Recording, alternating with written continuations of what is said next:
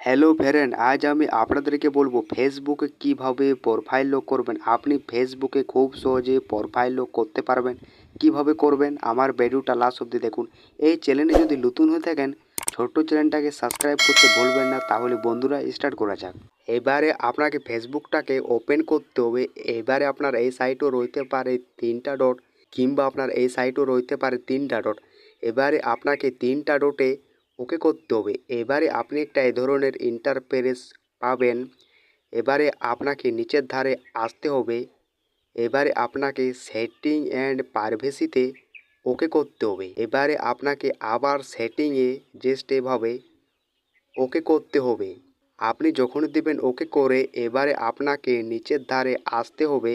এবারে আপনি একটা প্রোফাইল লকিং এইটির উপর আপনাকে ওকে করতে হবে। এখান থেকে আপনি ফেসবুকের প্রোফাইল লক করতে পারবেন খুব সহজে। এবারে আপনি নিচের ধারে তাকান, লক ওয়ার প্রোফাইল এইটির উপর আপনাকে জাস্ট এভাবে ওকে করতে হবে।